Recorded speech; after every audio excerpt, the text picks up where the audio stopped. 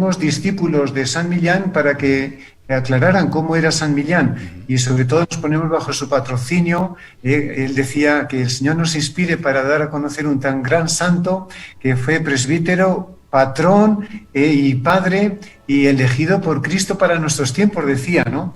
Un gran varón apostólico y santísimo. Bueno, pues este hombre, tenemos el dato que hacia el 495, tenía 20 años, era pastor en Berceo, La Rioja, España. ¿Por qué es importante Berceo? Vamos a parar ahí, porque Berceo es la tierra de nada menos que de quién. Díganos usted. Berceo está a los estribos de los distercios, Gonzalo de Berceo, ¿verdad? Vamos a ver. de la Sierra de la Demanda.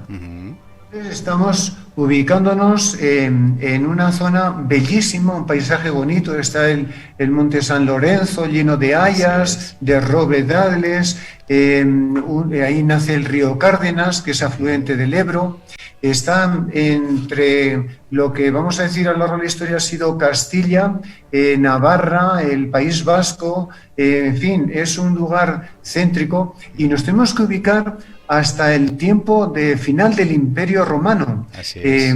Estamos en el 473 cuando nació, y bueno, el Imperio Romano desapareció en el 76, o sea, él tendría 3 años más o menos, y ahí tenemos todo lo que significaba la llegada de los germanos, de los visigodos, que se ubicaron allá en tierras de campo, hacia Burgos, que por cierto, ahí cerquita está Atapuerca, donde se han encontrado restos humanos de hace 900.000 años, o sea, casi en el paraíso.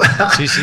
Yo estuve ahí en Atapuerca, sí, las pinturas y los restos que nos hablan de una nueva cronología de la historia de la civilización. Decía Berceo, padre José, porque es la tierra de Gonzalo de Berceo.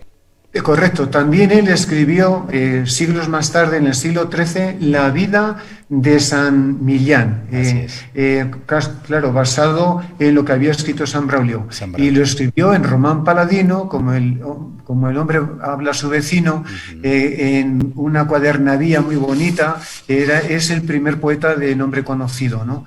Pero bueno, tenemos una historia muy bella recordar de San Millán. Tenemos a Millán de 20 años, pastorcito él, que de pronto se va hacia un lugar cercano a Haro y con una finalidad clara.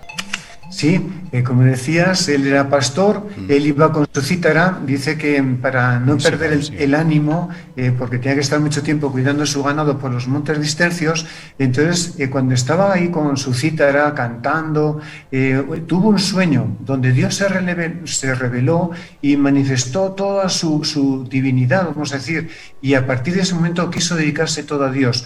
Y entonces la forma como encontrar ese camino se dirigió, como dices, hasta Haro, actualmente Haro, en los montes de Bilibio, al lado del... Bilibio. Y allí, en Bilibio, en el monte de Bilibio, es donde comenzó a conocer lo que es la vida en Anacoreta, dedicada totalmente a Dios. Apartado del mundo, ¿verdad? Porque la gente nos siga lo de Anacoreta, vamos a traducir. Anacoreta es la persona que se retira de la sociedad, se retira de todo y se va a los montes a vivir. Como yo quiero vivir, padre José. Renunciando a todas las expectativas de este mundo. En el monte todo es a Dios. A Dios, centrado en el amor de Dios, en los salmos, dedicaban todo a la oración divina. También buscaban siempre pelear contra el mal, especialmente el diablo, que estaba fuera y dentro también de la persona humana. Entonces, en definitiva, es ponerse en las manos de Dios y dedicar toda su vida a Él, ¿no? A la oración y al estudio, ¿verdad? Y además la música, Millán, en el caso de Millán, la música. Bien, padre José, cuéntenos más cuando ya es instruido, se hace discípulo, cuando va a aprender ahí de San Felices. De pronto empieza una vida distinta, apartado de todo. ¿Y cuál es la importancia del trabajo de Millán o de su historia personal, que no solo influyó a su alrededor, sino casi todos los pueblos cercanos a lo que después será San Millán de la Cogolla, ¿verdad? Correcto, cumplida su misión de ser educado en lo más rico de reglas, de tesoros de salvación, de gracia de doctrina, volvió a su patria, nos dice San Braulio, y allí se dedicó 40 años dedicado a la oración. Primero, donde había sido su casa, que es donde se enterró, donde es el monasterio de Suso, y en el corazón, vamos a decir, del monte cercano de Berceo, pero como mucha gente le molestaba por su fama, porque hacía muchos milagros, no le dejaban en paz al pobre, tuvo que irse más arriba. Entonces subió más arriba, de monte en monte, de cresta en cresta.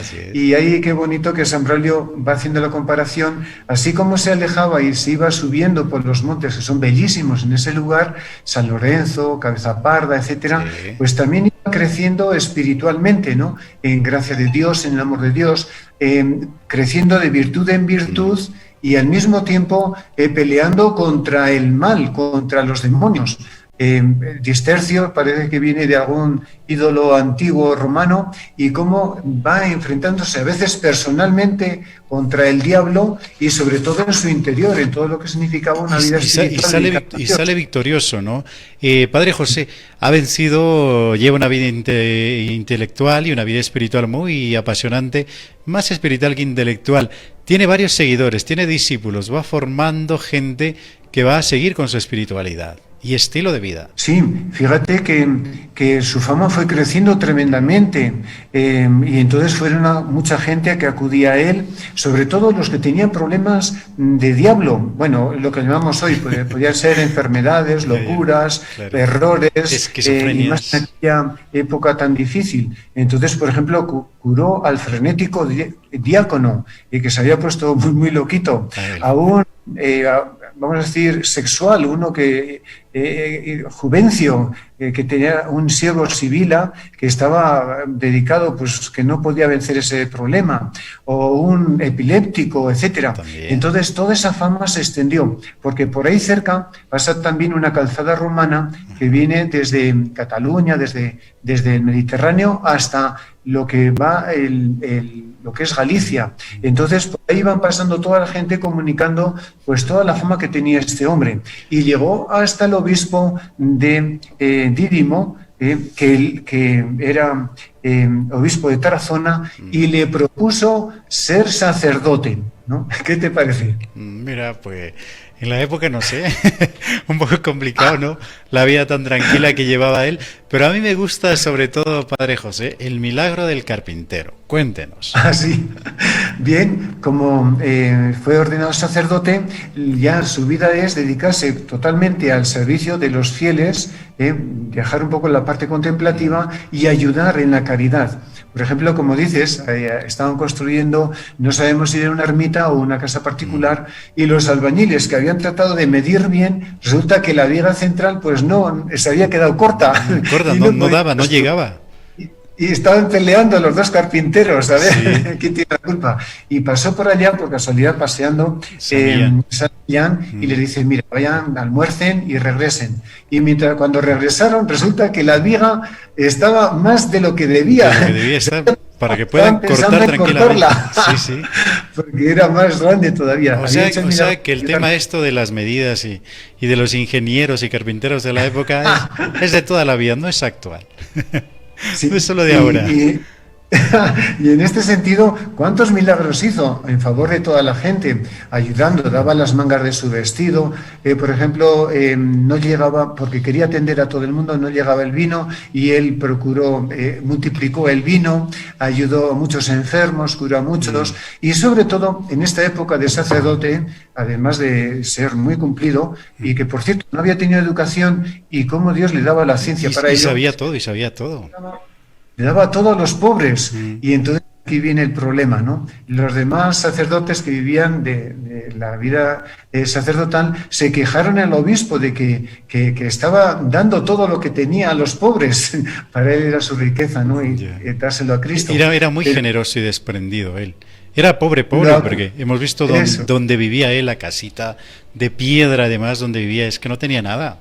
Correcto, y su vestido y todo. Y lo acusaron al obispo, y el obispo, todo enfadado, lo quitó lo quitó de párroco, que era, Mira tú. y él se retiró, como dices muy bien, a lo que era ya su antigua casa de pastorcito en lo que hoy es el monasterio de Suso, bellísimo lugar ahí, en la plena naturaleza, en los montes Distercios, y ahí es donde se dedicó totalmente a una vida ya cenobítica, o sea, Así una es. vida ya de comunidad, donde Mm, acogió a discípulos que venían, Aselo, Geroncio, Sofronio, Citonato, y no solamente varones, sino también mujeres, pues Santa Potamia, Santa Oria, famosísimas, y sobre todo, mira, es una parte donde hay un río, donde hay unas rocas muy sí, fáciles de cortar, claro. y allí en plena roca hacía unas cuevas y ahí vivían durante toda la cuaresma sin comer nada, y hasta los cuervos venían trayéndole alimento Sí, sí. por una Hay ventanita. corzos y cuervos, corzos también hay. Un día estuve por ahí paseando